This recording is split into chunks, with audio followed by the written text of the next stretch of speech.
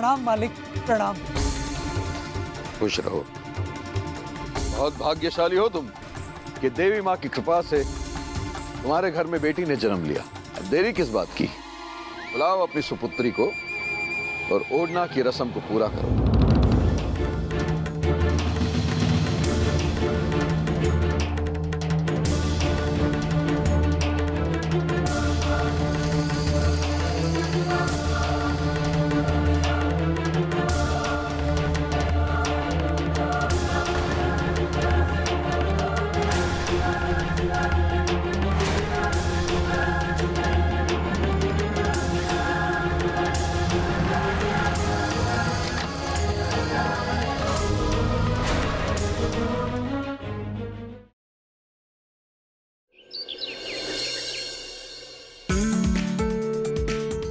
दीदी,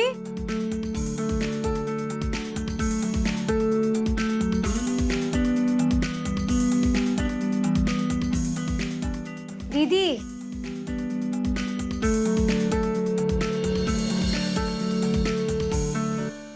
उठो।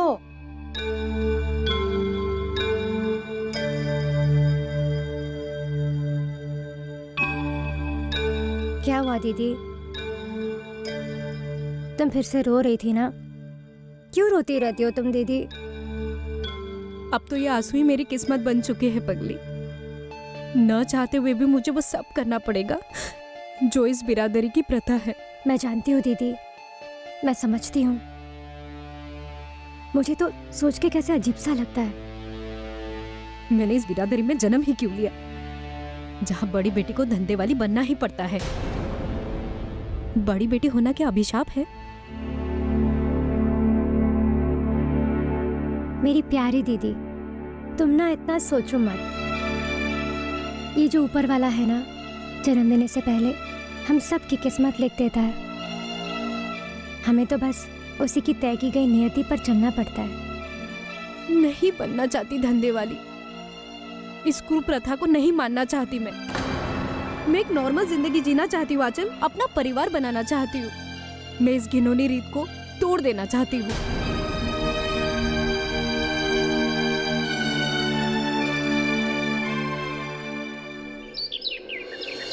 यार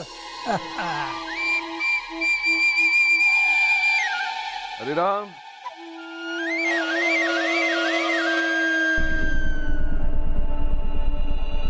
ये लीजिए मंत्री जी, आपने कुआरी नदी पर जो हमें रेलवे पुल बनाने का ठेका दिया था उसका नजराना।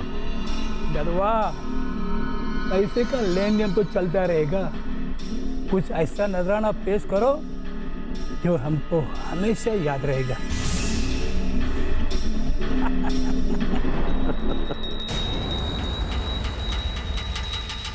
समझ गया मंत्री जी, समझ गया।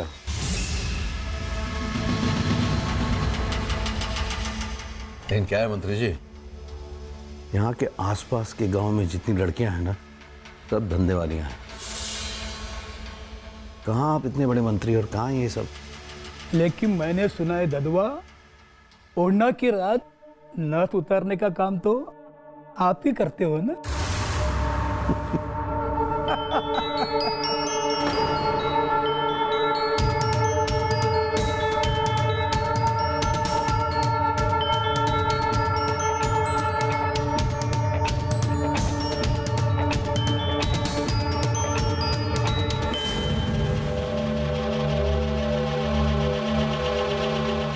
प्रणाम बाबूजी, प्रणाम।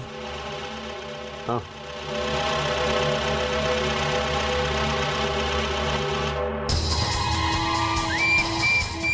अगला ओढ़ना किसका है? मोहनलाल की बेटी पद्मा का।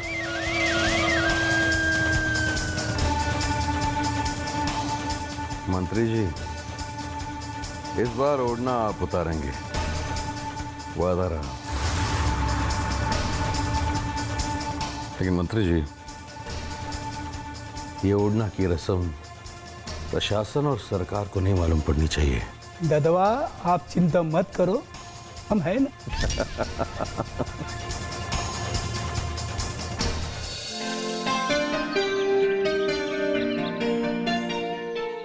अरे काजल, अरे नहीं नहीं, बैठो बैठो बैठो।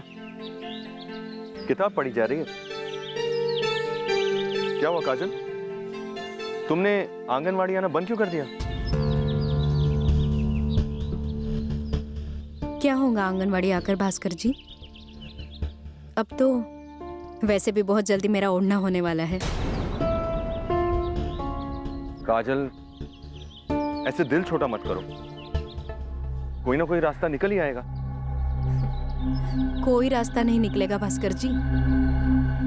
अब तो मुझे इस प्रथा के हिसाब से धंधे वाली बनना ही है, और मैंने इसका विद्रोह किया तो वो ददुआ का गुस्सा कहर बनकर मेरे परिवार पर टूटेगा। काजल, लेकिन अभी वक्त है तुम्हारे ओढ़ने के रस्म में। अगर तुम विश्वास रखोगी और कोशिश करोगी तो कोई ना कोई रास्ता जरूर निकलेगा। कोई रास्ता नहीं निकलेगा।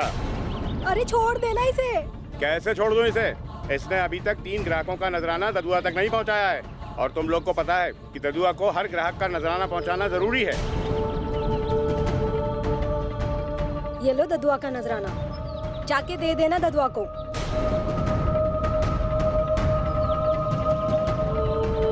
चल, सब ठीक हो जाएगा।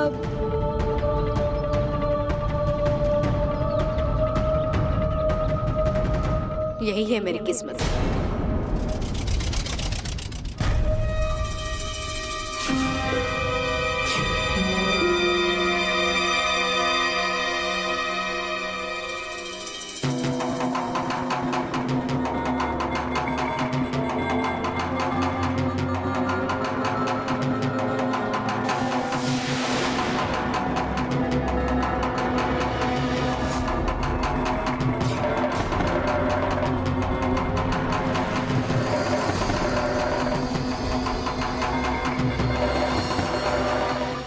संदीप, तू कब आया? बस मैं अभी आया। कैसी है तू? मैं अच्छी हूँ। तूने आने की खबर क्यों नहीं दी? माँ, अगर मैं तुझे आने की खबर देता तो ऐसे थोड़ा रिएक्ट करती। घबरा गई थी ना? तो और जब मुझे देखा तो कितनी खुश हुई। अरे संदीप, तुम?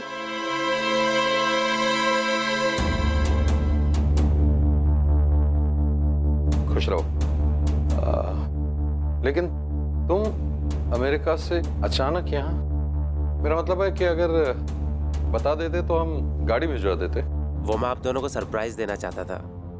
एक्चुअली अमेरिका से तो मैं 1 महीना पहले ही आ गया था। मुंबई में था। मुझे एक न्यूज चैनल में जॉब मिल गई है। अच्छा, तो अब तुम मुंबई में रहोगे? कुछ दिन आप लोगों के साथ बिताऊंगा,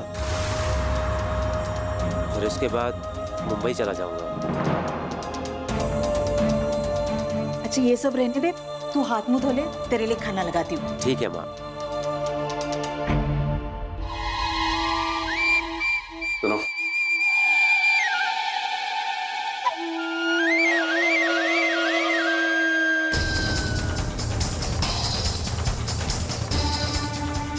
तुम्हें पता था ना ये आने वाला है? नहीं, मुझे सच बोलो। कुछ नहीं पता था, आपकी कसम।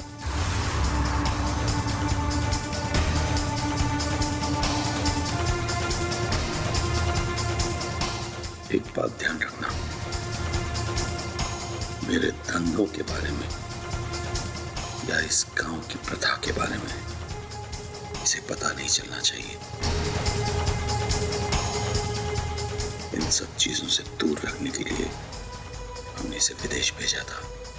अब कोशिश करो जितनी जल्दी हो सके ये वापस मुंबई चला जाए, समझी?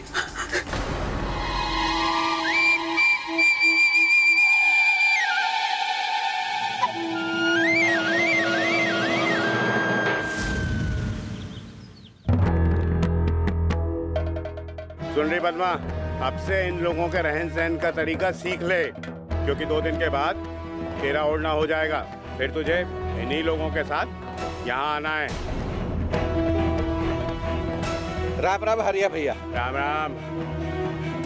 खड़ी हैं, चल लो।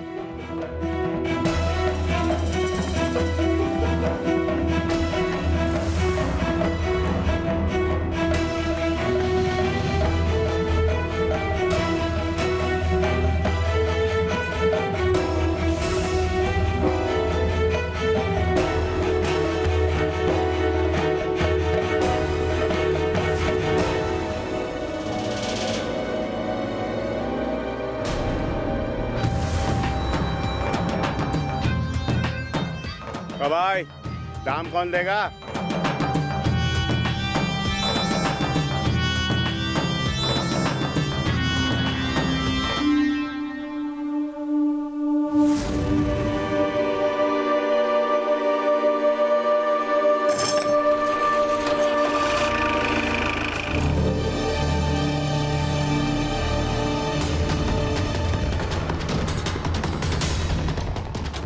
ये क्या हो रहा है? बात तो एक की हुई थी। बात का टाइम गया, अब काम की बात करते हैं।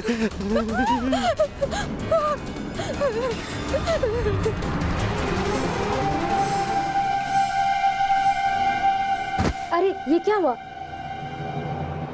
चंदा उठ। अरे देखो देखो चंदा को क्या हो गया?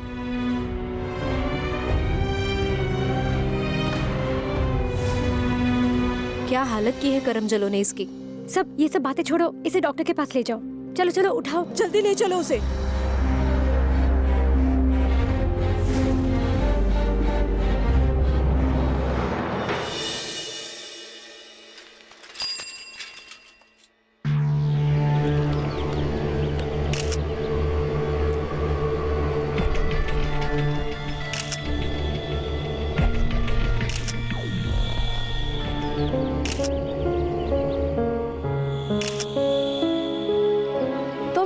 एक्चुअली कल जिस लड़की को चोट लगा था, she is alright. I mean वो ठीक है ना? इलाज चल रहा है उसका। एक्सक्यूज मी, अब बहुत खूबसूरत है। By the way, I am Sandeep. अब मेरा नाम संदीप है। तो मैं क्या करूं? ऐसे किसी अकेली अनजान लड़की का पीछा करना, बिना उसकी इजाजत उसके फोटो लेना, ये किसी शरीफ इंसान की निशानी नहीं है। आपको नाम जान सकता हूँ? बिल्कुल नहीं। मैं तुम जैसे आवारा लड़कों को बहुत अच्छी तरह से जानती हूँ। वो तो उस दिन तुमने चंदा की मदद कर दी थी ना, इसी वजह से मैं चुप हूँ। अच्छा सुनो तो,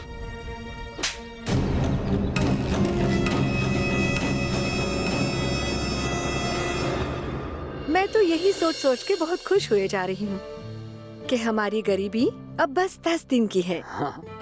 10 दिन के बाद हमारे काजल का ओढ़ना हो जाएगा, फिर वो भी कमाना शुरू कर देगी, फिर हमारे घर में आमदनी का एक जरिया बन जाएगा। बहुत इंतजार किया है इस दिन का मैंने। वैसे भी इस ददुआ से उधार लेते लेते हम लोग थक गए थे, और हमारा घर, हमारे खेत, सभी कुछ तो इसी के पास गिरवी पड़े हैं। लेकिन शकुंतला, हम कितने भाग्यशाली हैं कि देवी माँ की कृपा से हमारे घर में लड़की हुई है। वो तो है। बाबूजी, भाग्यशाली तो आप लोग हैं, मैं तो बदकिस्मत हूँ। अरे ये क्या बोल रही हो? ऐसा नहीं कहते बेटा। ये ना कहूँ तो और क्या कहूँ माँ? सिर्फ बड़ी बेटी होने की वजह से मुझे वो सब कुछ करना पड़ेगा जिसके बारे में सोचकर भी मुझे घिन आती है। अपने अरमान, अपने सपने, सबका गला घोट दूं और धंधे वाले बन जाऊं। देखो बेटी, ये हमारी बिरादरी की रीत है, और हर घर की बड़ी बेटी को इसे निभाना ही पड़ता है। ये कैसी रीत है बाबूजी? ये रीत नहीं है, ये कुरीति है। बाबूजी, सिर्फ पैसों की बात है ना, तो मैं शहर चली जाऊंगी, मैं जॉब कर लूंगी, मैं घर घर जाके काम कर लूंगी। सिर्फ पैसों के लिए धंधे वाली बनना जरूरी है क्या? काजल, तुम्हें तो खुश होना चाहिए कि देवी माँ ने तुझे इस काम के लिए चुना है। कैसे समझाऊं मैं आप लोगों को? कुछ नहीं समझना है हमें। ये हमारे पुरखों की रीत है और तुम्हें इसे मानना ही पड़ेगा। और अगर तुमने नहीं माना ना, तो जानती हो हमारे साथ क्या हो सकता है? हाँ बेटा, अगर हमने ये रीत नहीं मानी तो देवी माँ का प्रकोप हमारी पूरी बिरादरी पे बरस पड़ेगा। इस बिरादरी में कोई सुखी नहीं रह पाएगा बेटा, और इसीलिए ये रीत बहुत जरूरी है, और घर की बड़ी बेटी को ही ये रीत निभानी पड़ती है बेटा।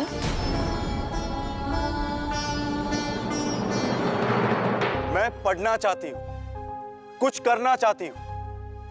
एक लड़की अपने माँ बाप से मिन्नतें कर रही थी, मांग रही थी तो आजादी कुछ करने की, पर ऐसा क्यों है कि उससे ये आजादी छीनी जा रही थी?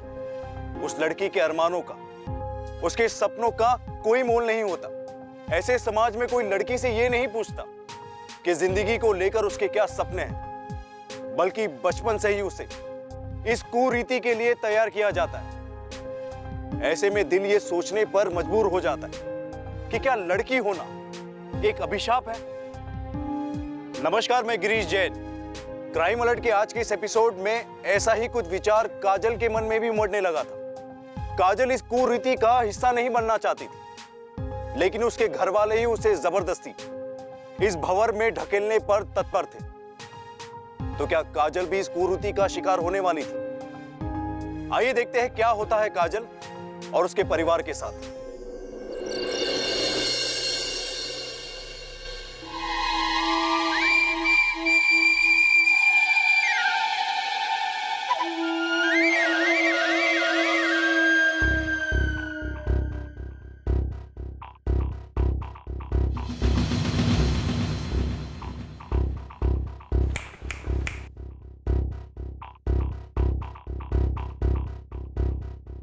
आ गया आपका नजराना मंत्री जी।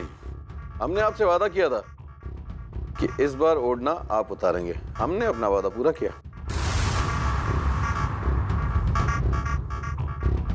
बहुत प्यारी लग रही हैं। आओ चले, चलो चलो चलो।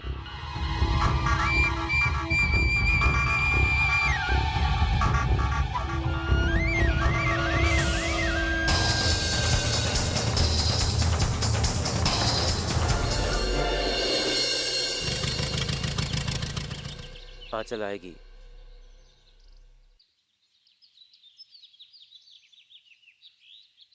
आंचल नहीं आएगी।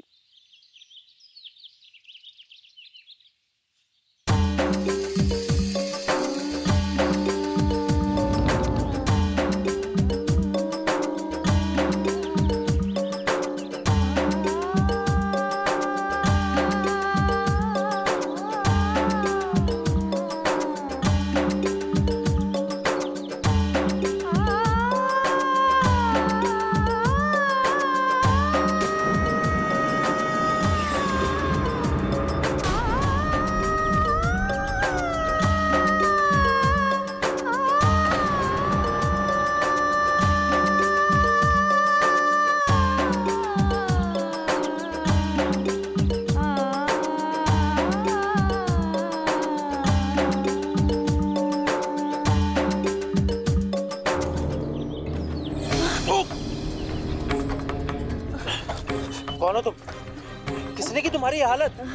कुछ नहीं भाई जी, मैं ठीक हूँ। डरो मत, बताओ किसने की तुम्हारी ये हालत? जाने दीजिए भैया जी। अरे हम लड़कियों की तो किस्मत में यही है।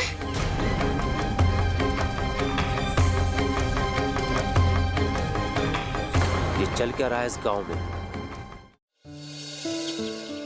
एक्सक्यूज मी, सुनिए तो। क्या है?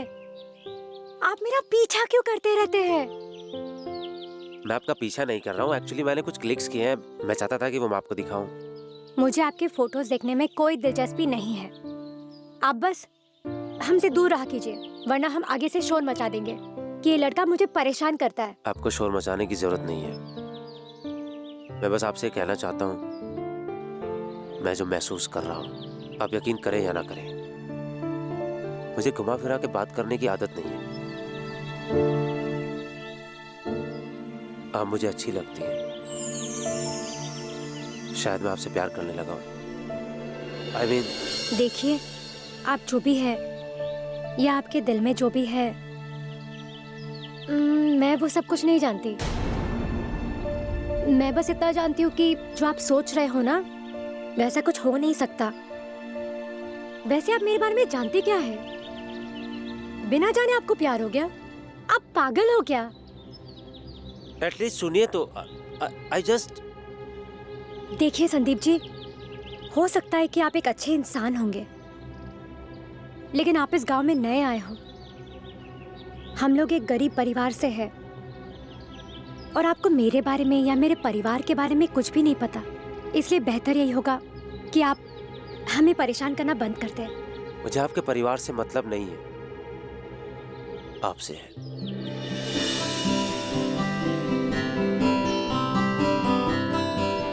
अच्छा छोड़िए इन बातों को, हम चलते हैं। हाँ, हमें देर हो रही है। तो मैं हाँ समझू या ना?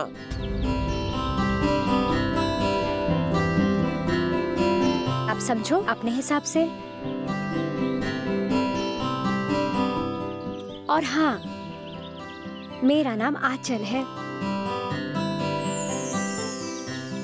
तो हाँ समझू ना?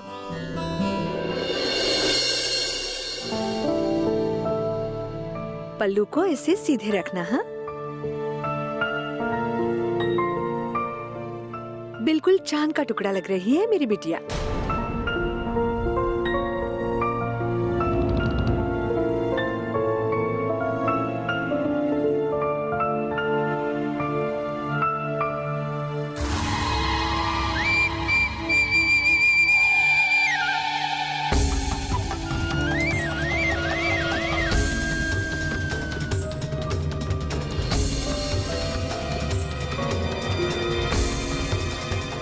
आंचल, आई अम्मा।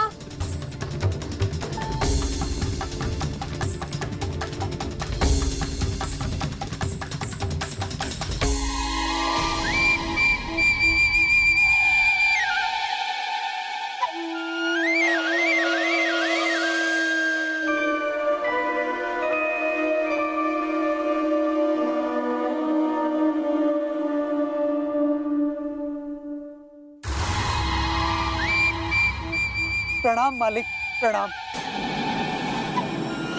खुश रहो। मालिक, आज आपके पैरों की धूल हमारे इस घर में पड़ी तो हमारा घर धन्य हो गया। आइए आइए विराजिए मालिक, विराजिए। आइए। आइए।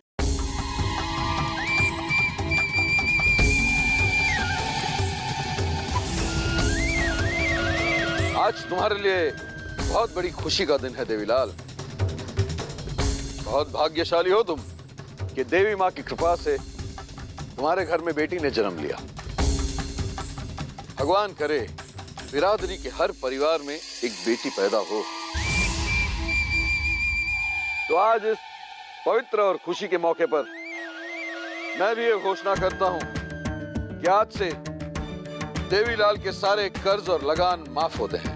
धन्य है मालिक, आप धन्य हैं। हमारा ये परिवार आपका ये एहसान कभी नहीं भूलेगा मालिक। देवीलाल, अब देरी किस बात की? बुलाओ अपनी सुपुत्री को और ओढ़ना की रस्म को पूरा करो। जी मालिक। हाँ। आंचल, जा बेटा अपनी बहन काजल को लेके आ। हाँ?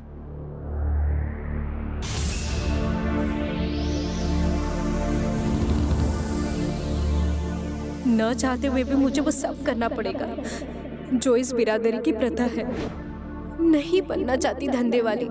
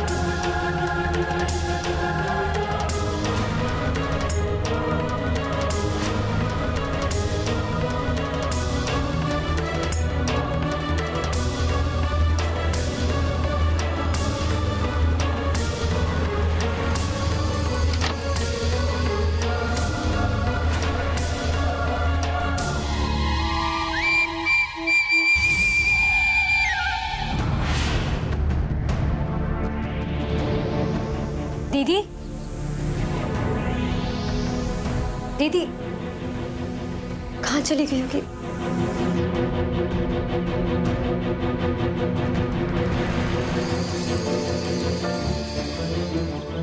काजल, थैंक यू फॉर कमिंग। काजल, तुम ठीक तो हो ना? भास्कर जी, मैं भाग गई। मुझे यहाँ से दूर लेके चलो। तुम फिक्र मत करो काजल, हम दोनों यहाँ से बहुत दूर भाग जाएंगे, इतनी दूर भाग जाएंगे कि भागते भागते जमीन कम पड़ जाए, और ददुआ और उनके गुंडे हमें कभी न ढूंढ पाएंगे। काजल ने आखिरकार इस कुप्रथा से भागने का निश्चय कर ही लिया। अब वो आजाद हो चुकी थी अपने सपनों को पूरा करने के लिए, एक अच्छी जिंदगी जीने के लिए। लेकिन काजल की आजादी उसके परिवार वालों के लिए क्या सबब लेकर आने वाली थी? पूरा गांव ददुआ के रहमो करम पर जी रहा था, और शायद यही वजह थी कि ददुआ ने सभी को इस कुप्रथा का शिकार बना दिया था। सारा गांव इस प्रथा को सालों से निभाए जा रहा था। ऐसे में ओढ़ना की रस्म के बीच से लड़की का यूं गायब हो जाना उसके परिवार वालों के लिए क्या विपदा लेकर आने वाला था? क्या ददुआ इस परिवार को अब चैन से जीने देगा?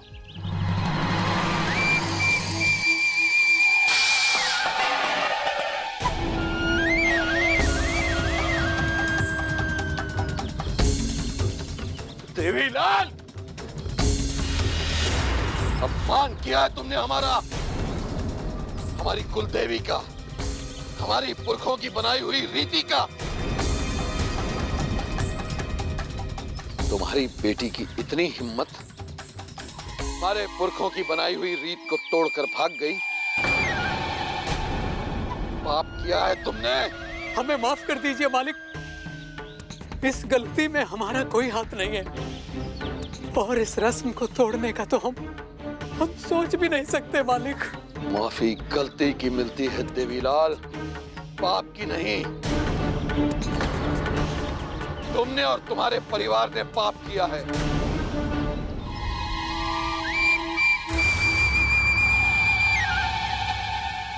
माफी नहीं मिल सकती अब तुम्हें। आज से तुम पर 4 गुना ज्यादा लगान लगाया जाता है, और ब्याज की दर 5 गुना बढ़ाई जाती है। रहम कीजिए मालिक, रहम कीजिए। आप हम गरीबों के माई बाप हैं, हम मर जाएंगे मालिक। हम इतने लगान का बोझ कैसे उठाएंगे मालिक? बोझ तो तुमने डाला है देवीलाल, पूरी बिरादरी पर। अब तुम्हारे इस पाप की सजा पूरी बिरादरी को भुगतनी पड़ेगी। कुछ नहीं हो सकता, या तो लगान की रकम चुकाओ या ओढ़ना की रस्म को पूरा करो। मालिक, अब ये रस्म मैं कैसे पूरी करूं?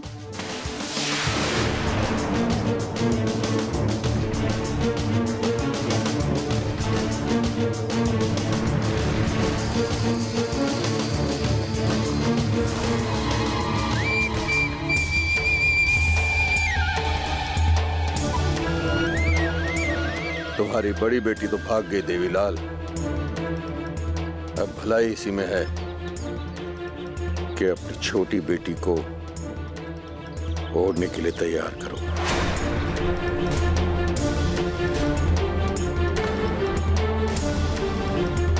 बस अब यही एक रास्ता है।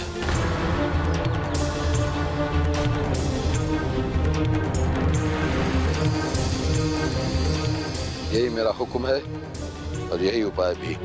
मालिक,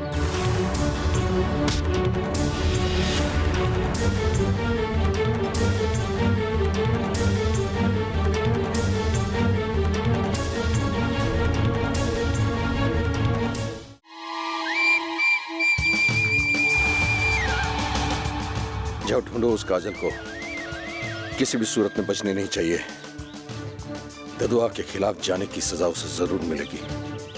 और हाँ, किसी को कानो कान खबर न हो, समझे? जी मालिक। बिल्कुल नहीं, मैं कोई ओढ़ना नहीं करने वाली। मैं ऐसा क्यों करूं? मैं तो इस घर की छोटी बेटी हूं ना। अब दीदी भाग गई इस नरक से तो आप दोनों मुझे धकेल दोगे इस नरक की ओर। अचल बेटा, हम लोग बर्बाद हो जाएंगे। और अम्मा, मेरा क्या? मैं बर्बाद नहीं होंगी सब कुछ करने से। मेरे ख्वाब, मेरे अरमानों का क्या अम्मा? देखो बेटा आंचल, जब घर की बड़ी बेटी मर जाती है ना, तो छोटी बेटी को ये रस्म निभानी पड़ती है। और काजल इस घर के लिए, हमारी सारी बिरादरी के लिए मर चुकी है। देखा नहीं कैसे हमारे मुंह पे तमाचा मारकर चली गई। अब तुम ही हो बेटी, तुम ही हो जो हमें इस मुसीबत से बाहर निकाल सकती हो। पर बाबूजी। बेटा आंचल, बेटा आंचल, हम जानते हैं बेटा, तुम अभी इस बात के लिए बिल्कुल तैयार नहीं थी, पर हम कर ही क्या सकते हैं बेटा। देखो, हमारी हालत तो तुमसे छिपी नहीं है।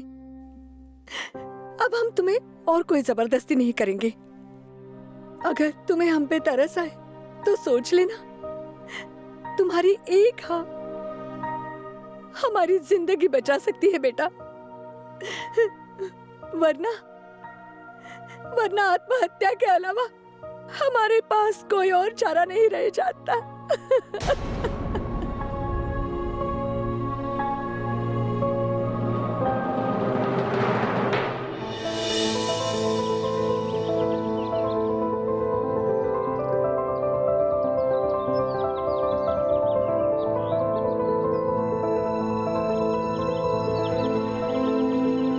हम भाग आए। चलो। भास्कर जी। हाँ।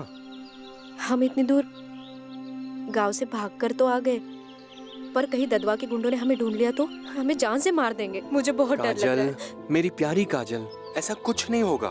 हम इतनी दूर आ गए ना, ददुआ या उनके गुंडे हमें ढूंढ भी नहीं सकते। भरोसा है मुझ पर? तो चलो, आओ। भास्कर जी।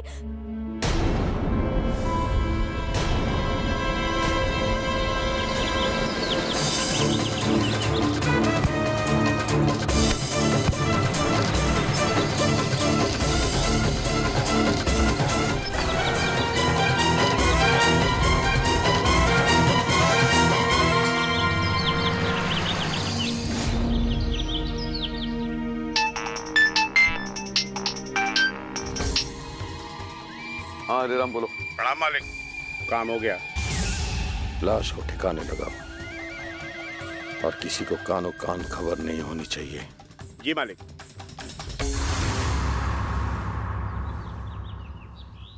तुम समझने की कोशिश क्यों नहीं करते संदीप? हमारा मिलना मुमकिन नहीं है। हम कभी एक नहीं हो सकते। ये क्या कह रही हो? कुछ दिन पहले तक सब कुछ अच्छा था। मैं तुम्हें कह चुका हूं ना, मुझे जात पात अमीरी गरीबी इससे कुछ फर्क नहीं पड़ता है। फिर ये अचानक क्या बोल रही हो? तुम जानते क्या हो मेरे बारे में या मेरी बिरादरी के बारे में? तुम्हें शायद पता नहीं है, लेकिन हमारे बिरादरी के परंपरा के अनुसार घर की हर बड़ी बेटी को एक धंधे वाली बनना पड़ता है। और इसी कुप्रथा से बचने के लिए ना मेरी दीदी ये गांव छोड़कर भाग गई। और अब मुझे अपने परिवार को बचाने के लिए एक धंधे वाली बनना पड़ेगा। What? ये क्या बकवास है? और तुम्हारी बिरादरी में चल क्या रहा है? आंचल, मैं तुमसे प्यार करता हूँ और मैं तुम्हें ऐसा कुछ भी नहीं करने दूंगा। और तुम लोग इस कुप्रथा के खिलाफ पुलिस में क्यों नहीं जाते हो और गांव के जमींदार को क्यों नहीं बताते हो? तुम नहीं जानते संदीप, ये जो कुछ भी हो रहा है ना, ये इस गांव के जमींदार ददुआ की वजह से हो रहा है।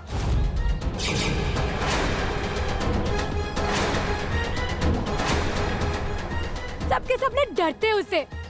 और ये पुलिस तो कुछ नहीं करने वाली। उसके इशारों पर इसी तरह नाचते रहते हैं सबके सब। क्या बकवास है ये? यही सच्चाई है। वो एक इंसान नहीं है, वो एक हैवान है। वो मेरा बाप है।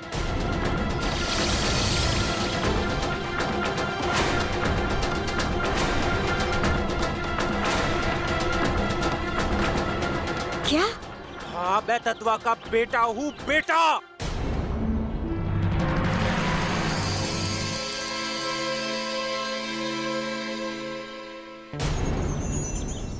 फिर तो तुम्हें मुझे भूल जाना पड़ेगा, किसी भी कीमत पर। और अब तो तुमने मुझे भी वजह दे दी तुम्हें भूलने की। अगर जो तुम कह रही हो ना ये सब सच है तो तुम्हें भूलने की जरूरत नहीं पड़ेगी। मैं ये भूल जाऊंगा ददवा मेरा बाप है।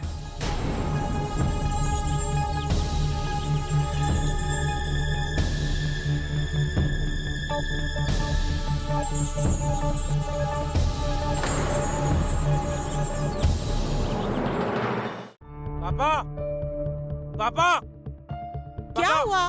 क्या हुआ है?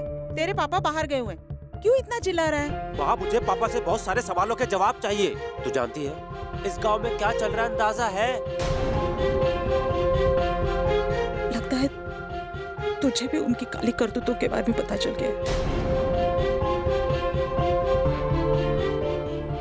मतलब तू पापा के बारे में सब जानती है और ये सब जानते हुए भी उनके साथ रह रही है? हाँ, उनके खिलाफ जो भी आवाज उठाता है उसे वो बेदर्दी से कुचल देते हैं। उनकी नजरों में रिश्ते नातों का कोई मोल नहीं।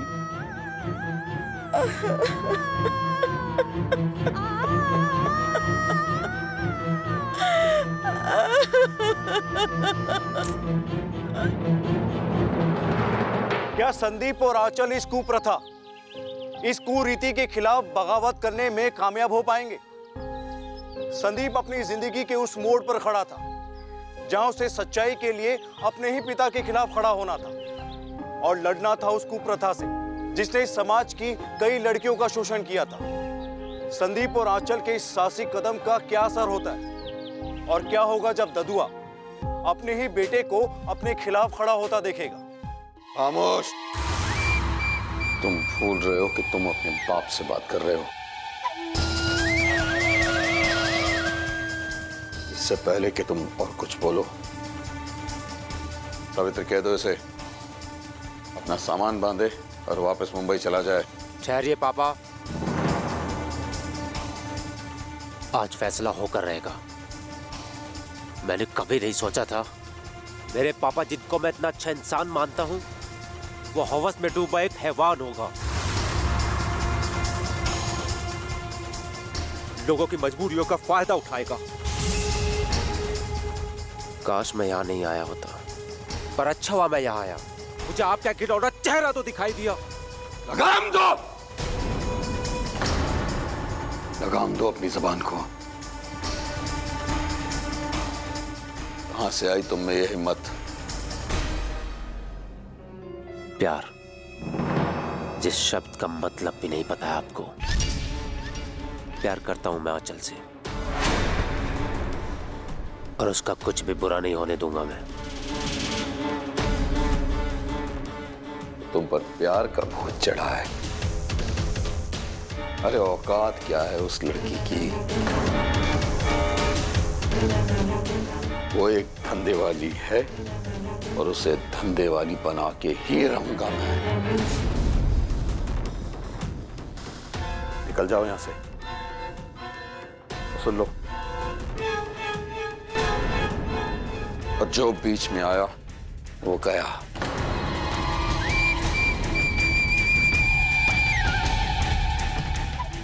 ददुआ हूं मैं, ददुआ।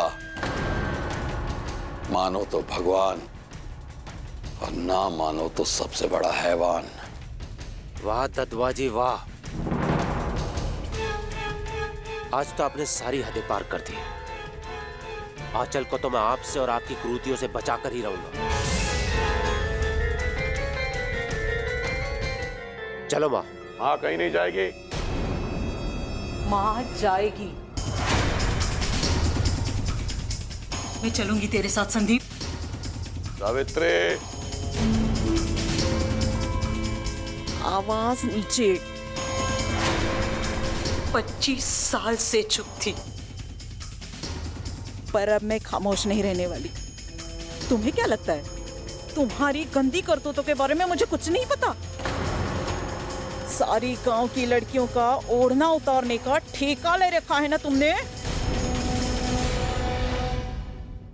तुम्हें क्या पता मैं कैसे घुट-घुट के जी रही थी। अब नहीं, अब मैं अकेली नहीं हूं। मेरा बेटा संदीप मेरे साथ है। चल संदीप, मुझे इस हैवान की शक्ल भी नहीं देखनी है अब।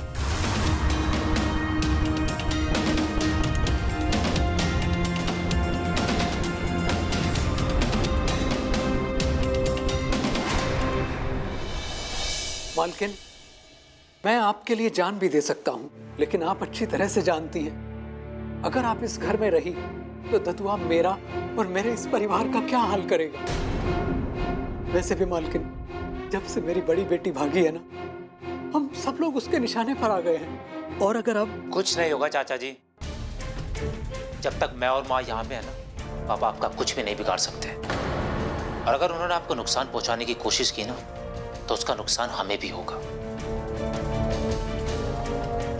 वैसे भी हमने फैसला कर लिया है कि हम ये इस ओढ़ना की रस्म और उनके फैलाए आतंक के खिलाफ हम पुलिस में जाएंगे।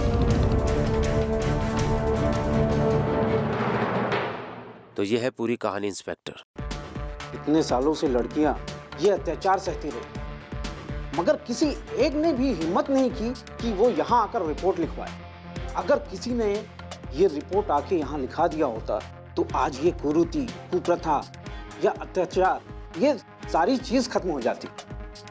खैर, आप बिल्कुल चिंता ना करें। अब मैं ये मुद्दे को एमएलए एमपी तक लेके जाऊंगा और जरूरत पड़े ना तो प्रधानमंत्री तक भी जाऊंगा। बस यूं समझ लीजिए, ये प्रथा खत्म। आप बिल्कुल निश्चिंत होकर जाएं। Thank you inspector. चलो।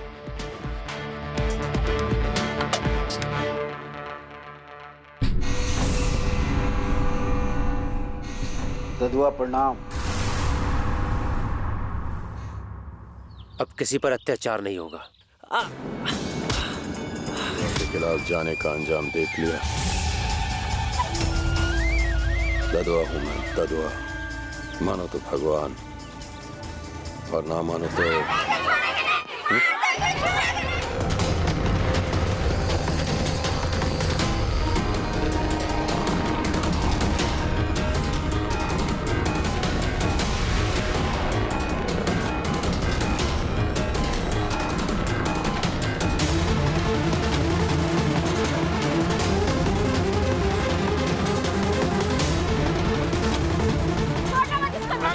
इसने मेरी जिंदगी बर्बाद कर दी।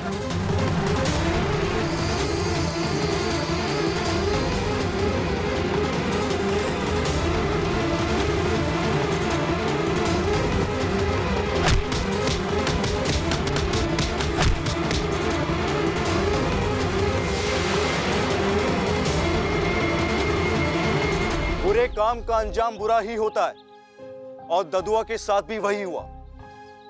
लेकिन ओढ़ना जैसी कुरीति से निजात पाने के लिए गांव की औरतों ने जो रास्ता चुना वो गलत था। उन्हें कानून अपने हाथों में नहीं लेना चाहिए था। वे पुलिस के उच्च अधिकारियों से बात कर ददुआ को जेल की सलाखों के पीछे पहुंचा सकती थी, जहां उसको उसके गुनाहों की सजा मिलती। लेकिन उन्होंने ऐसा नहीं किया और ददुआ को अपनी जान से हाथ धोना पड़ा। दोस्तों, किसी भी कुप्रथा या कुरीति के खिलाफ आवाज उठाने के लिए हमें डरना नहीं चाहिए और औरत को कमजोर नहीं समझना चाहिए।